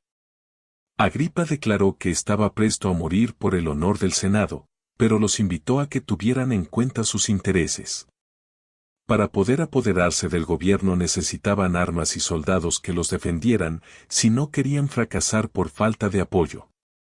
Pero el Senado respondió que disponía de armas y dinero en abundancia, y que no solo en el momento actual disponía de ejército, sino que formaría uno nuevo dejando en libertad a los esclavos. A esto Agripa dijo, ojalá, oh senadores, los asuntos resulten tal como los habéis imaginado. Pero debo hablaros claramente, pues lo que voy a decir es para vuestra seguridad. Tenéis que saber que los soldados que están de parte de Claudio por largo tiempo se han ejercitado en las armas, en cuanto a los nuestros, serían una turba de esclavos, a quienes inesperadamente se les ha otorgado la libertad. Y llevaríamos a la guerra contra hombres expertos y bien instruidos en las armas a los que no saben ni ceñirse la espada. Por esto soy de opinión de que se envíe una comisión a Claudio para que lo persuada a que renuncie al imperio. Yo mismo me ofrezco a cumplir esta misión. 2. Hablóles en esta forma. Ellos estuvieron de acuerdo y fue enviado con otros a ver a Claudio. Agripa habló a solas con Claudio, exponiéndole la indecisión del Senado y le sugirió que diera una respuesta muy imperial, conforme con su dignidad y poder. Claudio les contestó que no se admiraba de la oposición del Senado al imperio, pues anteriormente había sufrido a causa de la crueldad de aquellos que gozaron tan alta dignidad. Pero que ahora disfrutarían de una moderación propia de tiempos mejores, estando él al frente del gobierno, pues en realidad gobernaría solo de nombre, pues compartiría el mando con ellos. Les pidió que no desconfiaran, pues había sufrido a la par de ellos numerosos y diversos peligros. Luego que los legados oyeron estas expresiones se retiraron. Claudio reunió al ejército a su alrededor, lo arengó y recibió el juramento de fidelidad debido a su persona. Dio a sus guardias personales 5.000 dracmas por cabeza, una suma en proporción a sus jefes, y prometió que trataría de igual modo al resto del ejército en todas partes. 3. Los cónsules convocaron al Senado en el templo de Júpiter State, vencedor, siendo todavía de noche. Algunos de ellos se ocultaron en la ciudad, vacilando por lo que habían oído. Otros se retiraron a sus propiedades del campo, a la expectativa de lo que iba a pasar, pues desesperaban de que pudiera lograrse la libertad. Consideraban que era más seguro vivir en servidumbre una existencia libre de peligros que exponerse a morir por la dignidad de la patria. Se reunieron unos 100, a lo sumo. Mientras estaban deliberando sobre los problemas, se elevó repentinamente un clamor de los soldados que estaban de su parte, exigiendo que el Senado eligiera un emperador périto en el arte militar, y afirmando que no iban a permitir que el imperio se destruyera por caer el mando en poder de muchos. Querían dejar claramente establecido que estaban dispuestos a obedecer no a muchos, sino a uno solo. Pero dejaban en manos del Senado la tarea de decidir quién era digno de tal autoridad. En esta forma el Senado quedó mucho más inquieto, viendo que fracasaba su intento de república y temerosos de Claudio. Había algunos que aspiraban al imperio por razón de la nobleza de su nacimiento o de sus alianzas. Entre estos estaba Marco Minuciano, ilustre por su nobleza, y que se había casado con Julia, hermana de Cayo, y que estaba dispuesto a ocupar el trono, pero los cónsules lo resistieron con varios pretextos. Valerio Asiático se vio impedido por Minuciano, uno de los matadores de Cayo, a soñar en tales proyectos. Habría habido una gran matanza, como nunca se había visto, si se hubiera permitido contender con Claudio a aquellos que aspiraban al poder. Había una cantidad importante de gladiadores, de soldados de la Guardia Nocturna de Roma, y numerosos remeros que confluían a la ciudad, de manera que los aspirantes al imperio renunciaron a su propósito. Los unos por miedo a lo que podía acontecerles y los otros por lo que podía pasar a la ciudad. 4. En cuanto se hizo de día llegaron al Senado Cerea y sus compañeros, quienes trataron de arengar a los soldados. Cuando estos vieron que con la mano les hacían señas de silencio, para que pudieran hablar, empezaron a agitarse.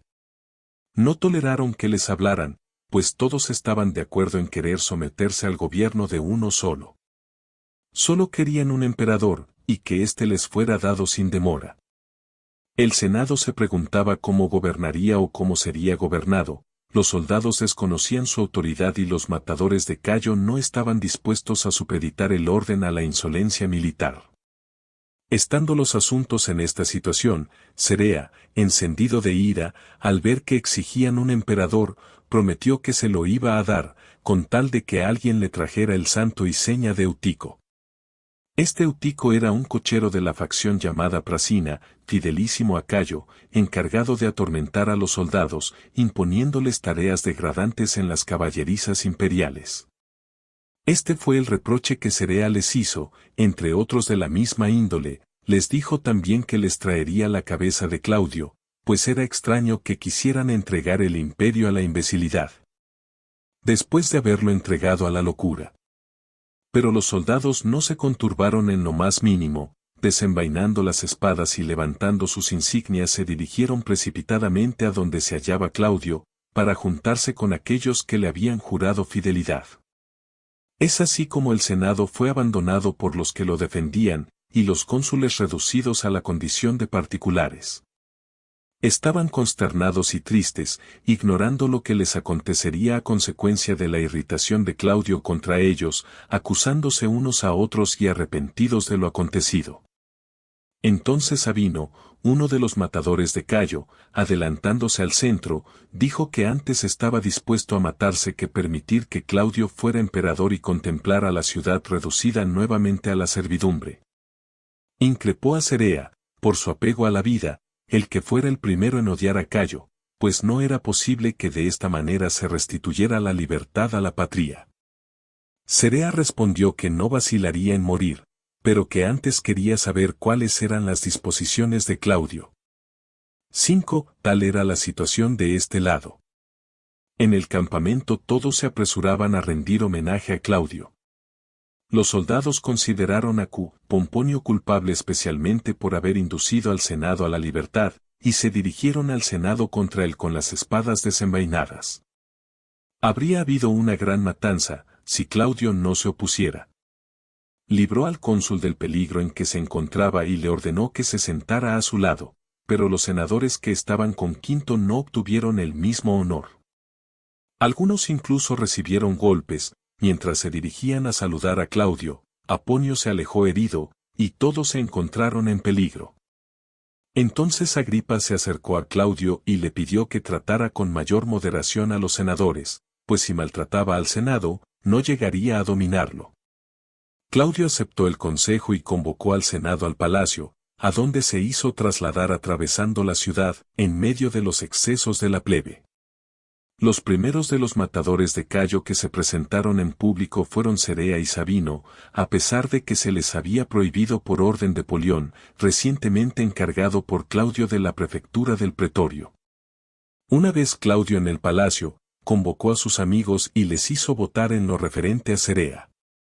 Estos dijeron que el crimen había sido un acto brillante, pero acusaron a Cerea de perfidia. Encontraron conveniente castigarlo para atemorizar a la posteridad.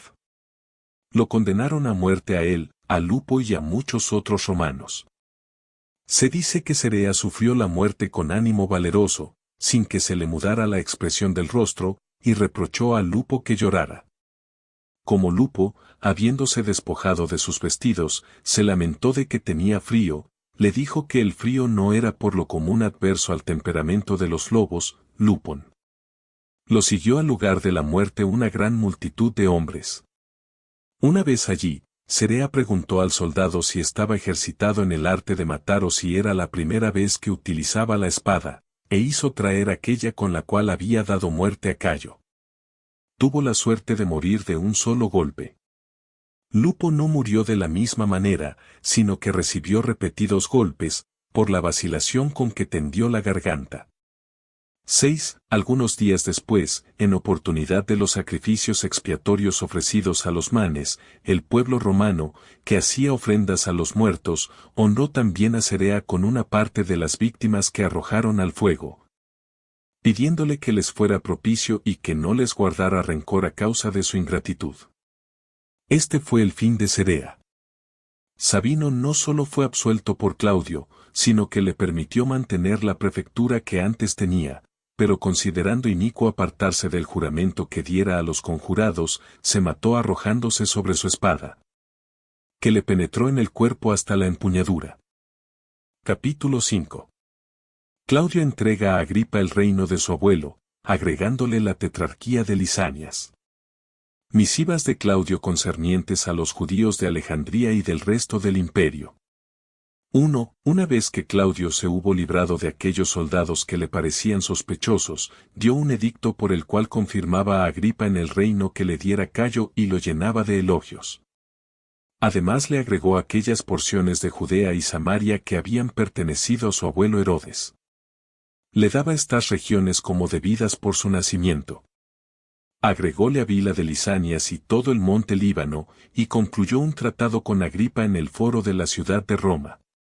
Privó a Antíoco del reino que poseía, pero le dio la Comagena y una parte de Cilicia.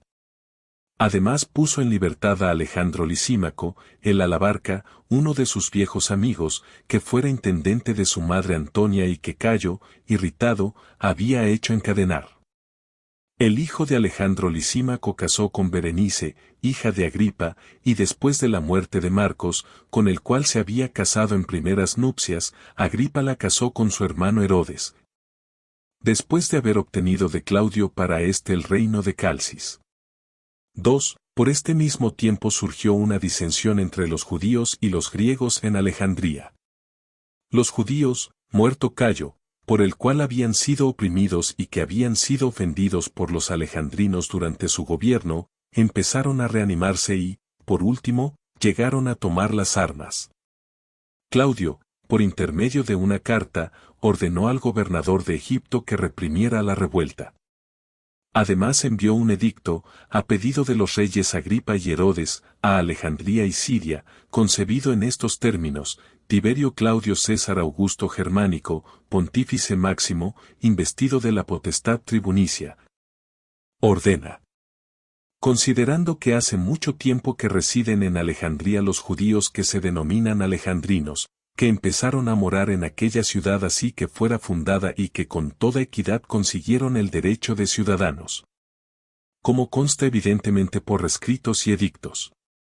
Que cuando Alejandría fue sometida a nuestro imperio por intermedio de Augusto les fueron conservados íntegramente sus derechos por los gobernadores que se enviaron allí en tiempos diversos, sin que se estableciera ninguna controversia sobre el particular, que cuando Aquilas estaba al frente de Alejandría, habiendo muerto el etnarca de los judíos, Augusto no prohibió que se nombraran otros etnarcas porque quería que sus súbditos se atuvieran a sus leyes y no se los obligara a violar la religión patria. Que los alejandrinos se sublevaron contra los judíos que habitan con ellos en la misma ciudad, cuando era emperador Cayo, quien, a causa de su insensatez y su locura, los oprimió por no querer los judíos hacer nada contra su religión nacional y negarse a llamarlo Dios. Quiero que la insensatez de Cayo no sea motivo para que se prive a los judíos de nada que les fuera anteriormente otorgado, sino que permanezcan invariables aquellos derechos de que antes disfrutaban, para que puedan seguir fieles a sus costumbres y leyes nacionales. Ordeno que en ninguna de las dos fracciones se originen sediciones, luego que fuera publicado mi edicto. 3. Este fue el edicto en favor de los judíos de Alejandría.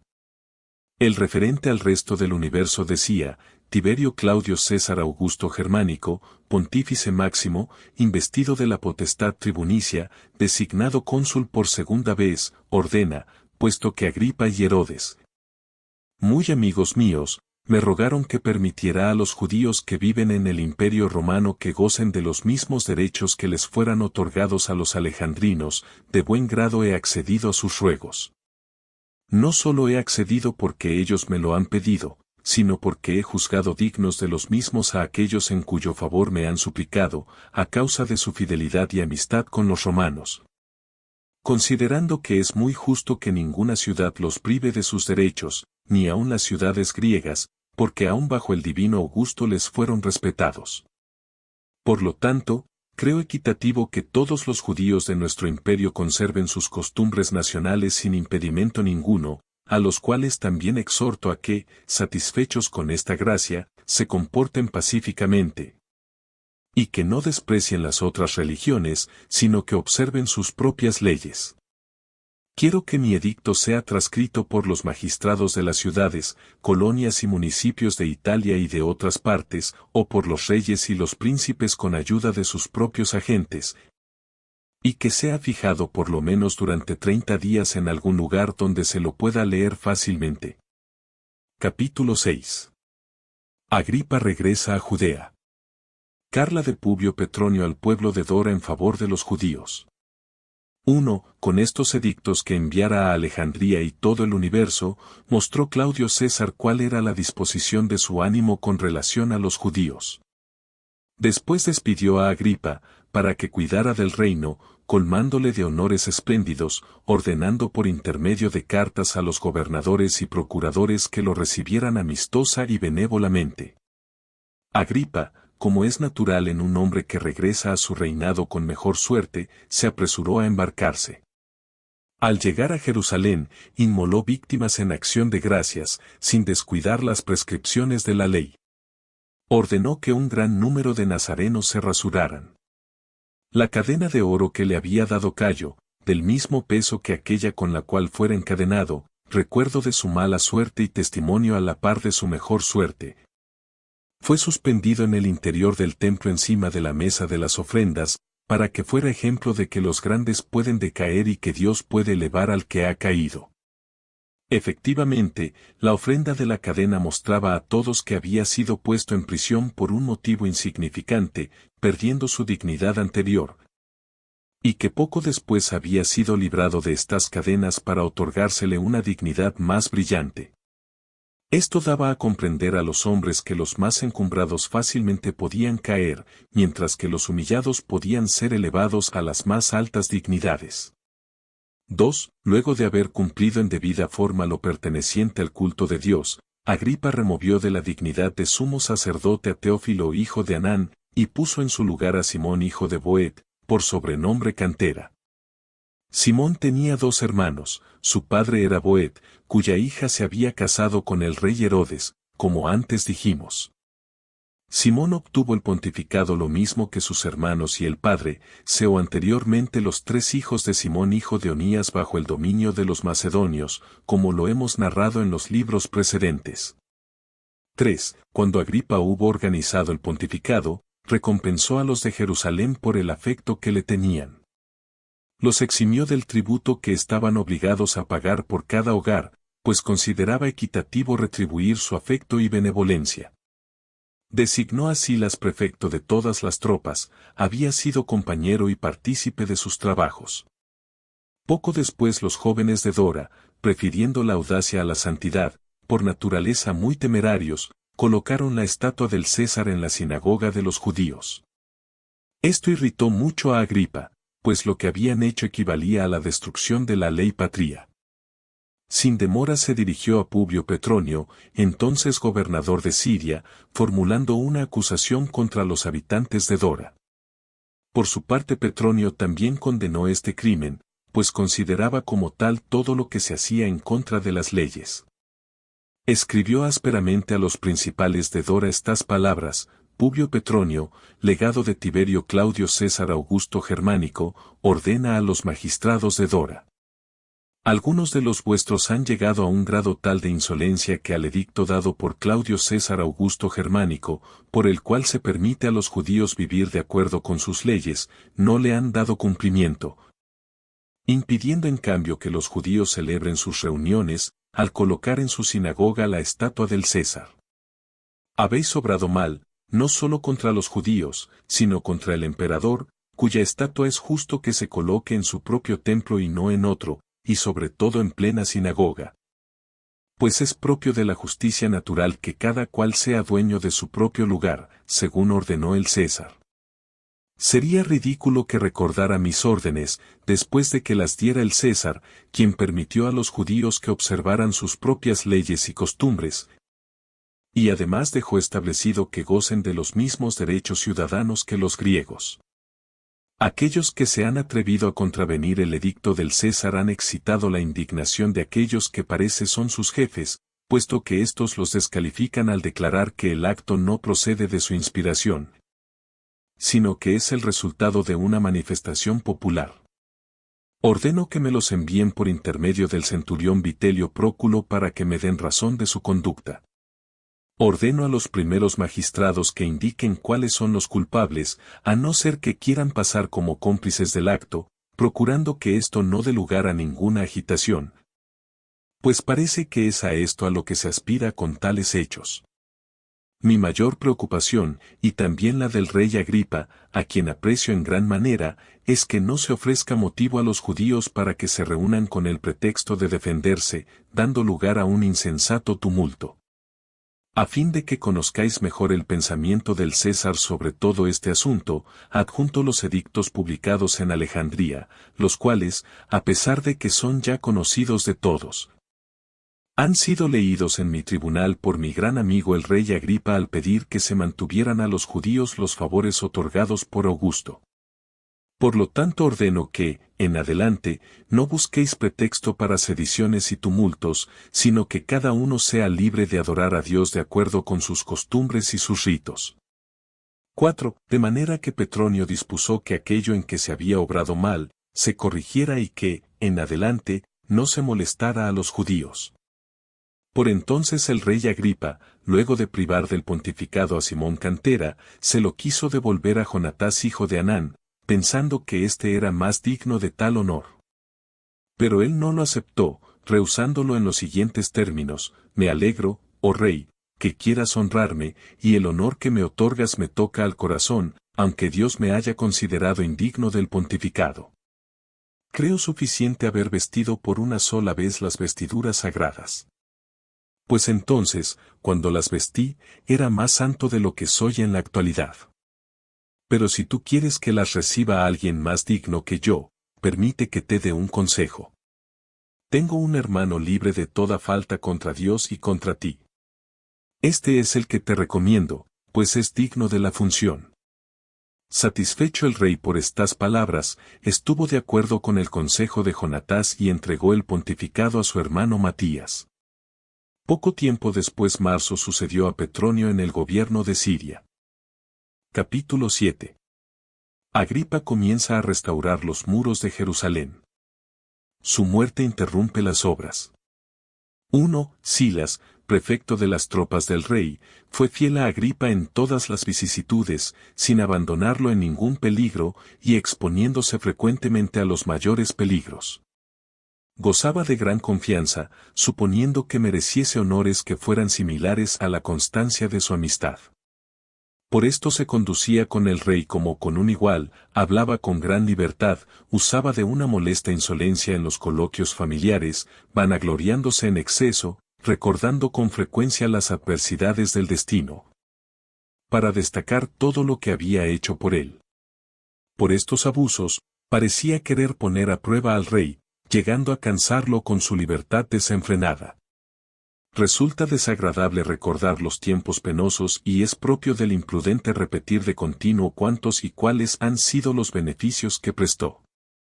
Al final Silas irritó de tal manera al rey que éste, atento más a la ira que a la razón, no solo le quitó la prefectura del ejército, sino que lo hizo encadenar para desterrarlo a su país. Con el tiempo se mitigó su indignación, y juzgando más razonablemente adoptó una mejor decisión, considerando lo mucho que el hombre había sufrido por él. Al celebrar el día de su nacimiento, en el cual todos los que estaban bajo su gobierno hacían alegres banquetes, hizo llamar antes que a nadie a Silas, para que comiera con él. Pero Silas, de carácter independiente, creyendo tener un motivo justo de resentimiento, no lo ocultó a aquellos que fueron a buscarlo. ¿A qué honor me invita el rey?, dijo, ¿para hacérmelo perder enseguida? No pudo mantener mucho tiempo los premios que me había otorgado al afecto que siempre le manifesté y que privó de ellos ignominiosamente. ¿Cree que he perdido la libertad de hablar? Puesto que soy plenamente consciente de ello, ahora más que nunca, hablaré para proclamar las calamidades de que lo libré y los trabajos que sufrí por su seguridad y dignidad. Por todos estos beneficios, ahora me ha recompensado con cadenas y con una cárcel oscura. Nunca lo olvidaré, más todavía, cuando me vea libre de esta vida, mi alma guardará el recuerdo de mi valentía. Gritó estas palabras y dijo que se las contaran al rey. Este, viendo su carácter intratable, lo dejó de nuevo en la cárcel. 2. Por aquel entonces Agripa estaba haciendo reforzar los muros de Jerusalén, los que miran hacia la ciudad nueva, de cuenta del Estado, dándoles mayor altura y longitud.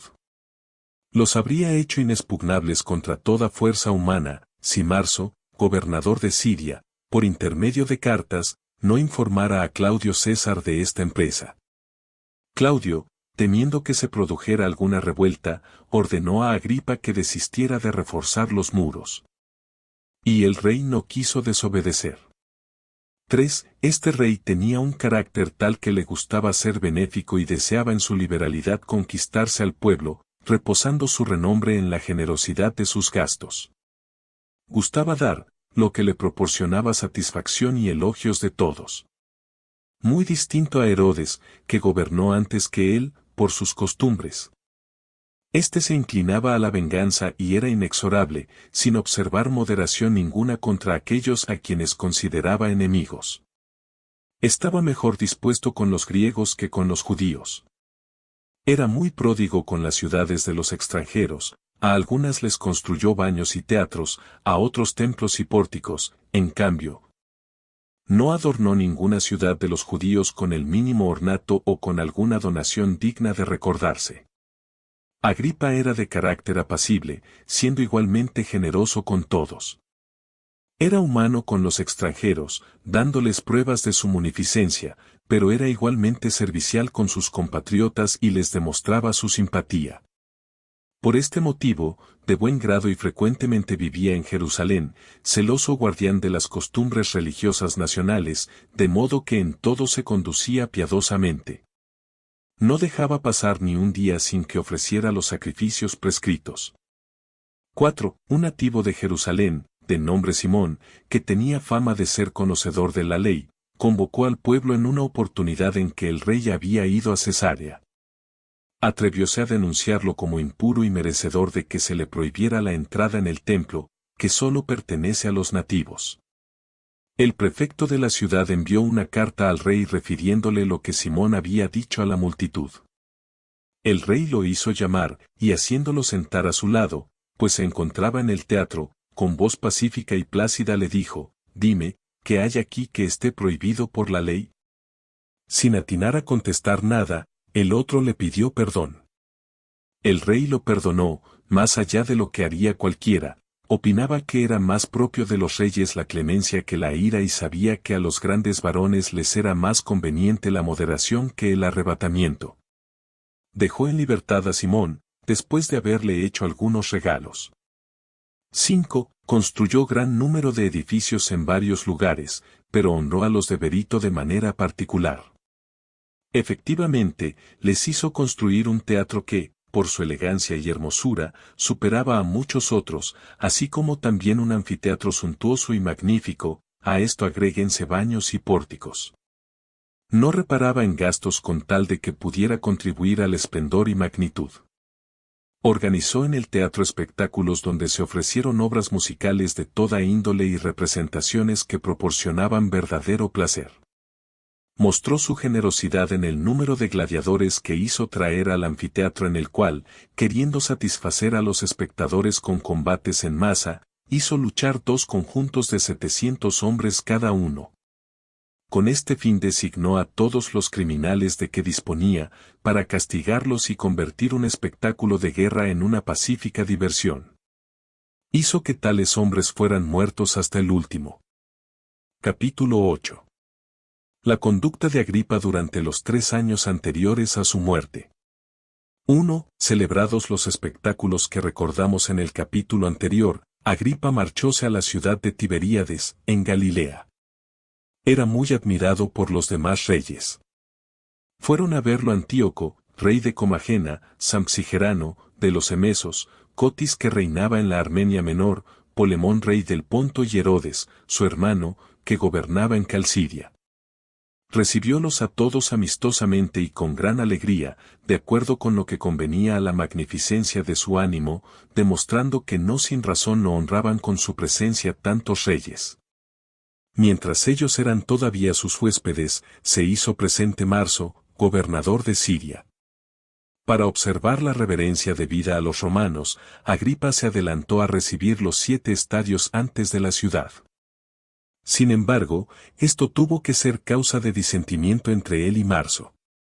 En su carro había llevado consigo a todos los demás reyes, pero Marso tuvo sospechas de su concordia y al ver que estaban unidos por amistad, creyó que tal consenso no podía resultar sino en perjuicio de los romanos.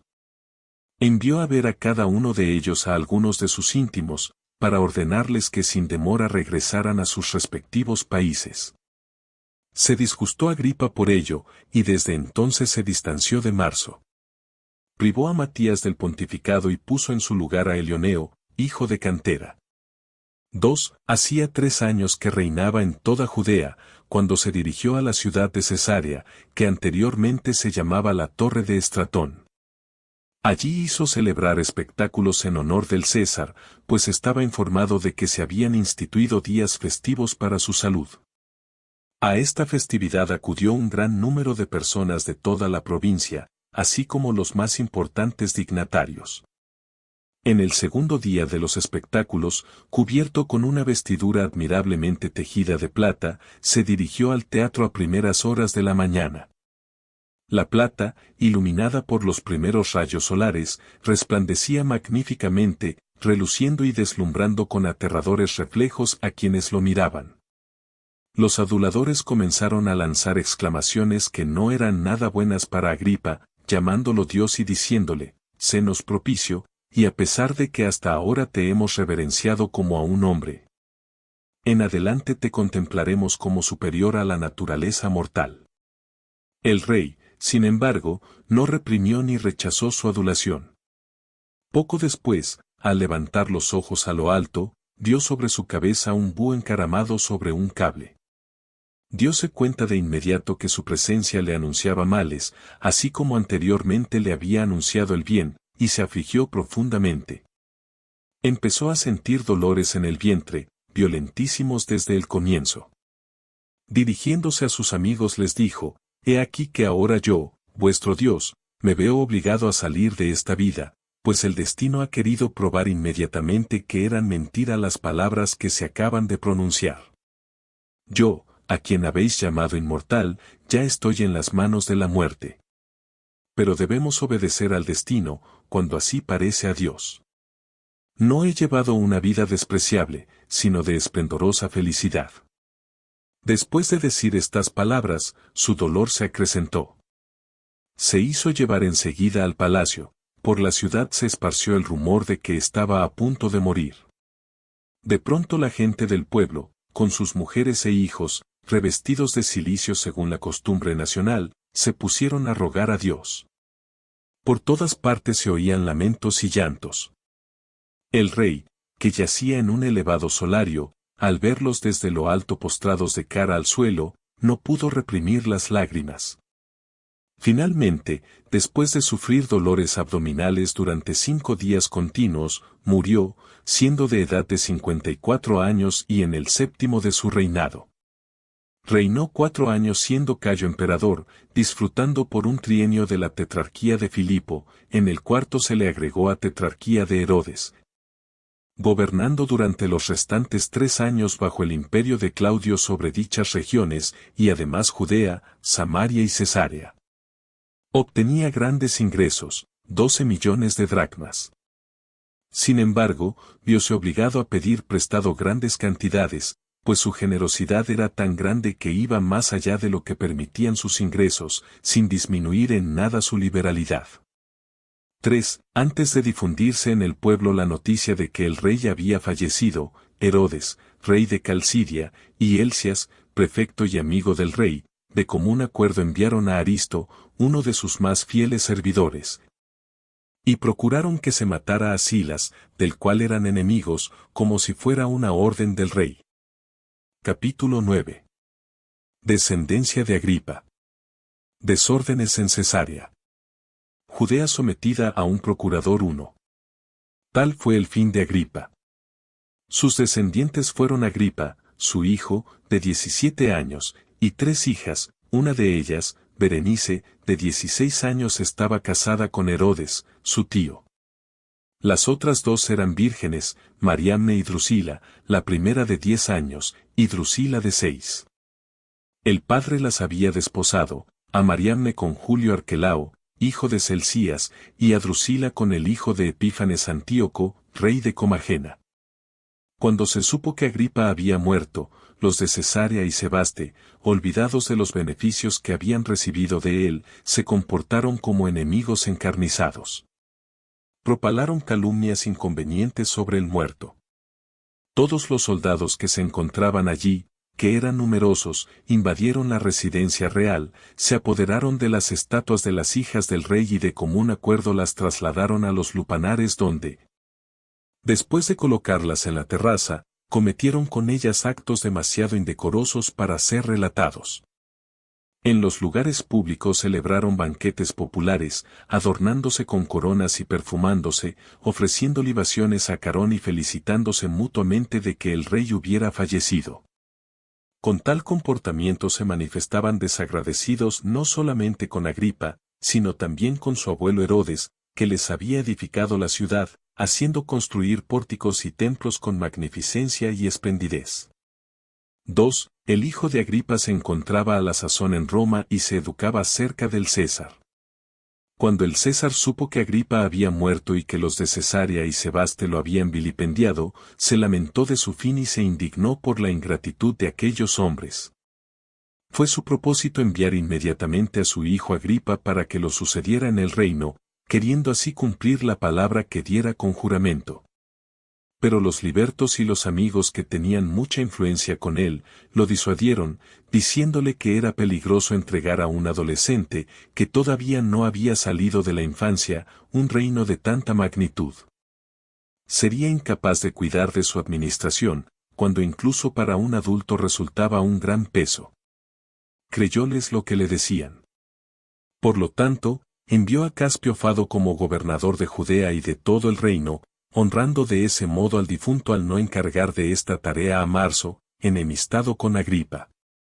Ordenó a Fado, en primer lugar, que castigara a los de Cesarea y Sebaste por las injurias cometidas contra el difunto y las hijas, que todavía vivían, y que enviara al Ponto, para acampar al escuadrón formado con los habitantes de Cesarea y Sebaste, así como sus 5 cohortes, mientras que igual número de legionarios de Siria ocuparían su lugar.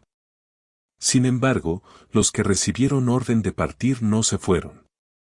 Enviaron una delegación para convencer a Claudio, y después de conseguirlo, se quedaron en Judea.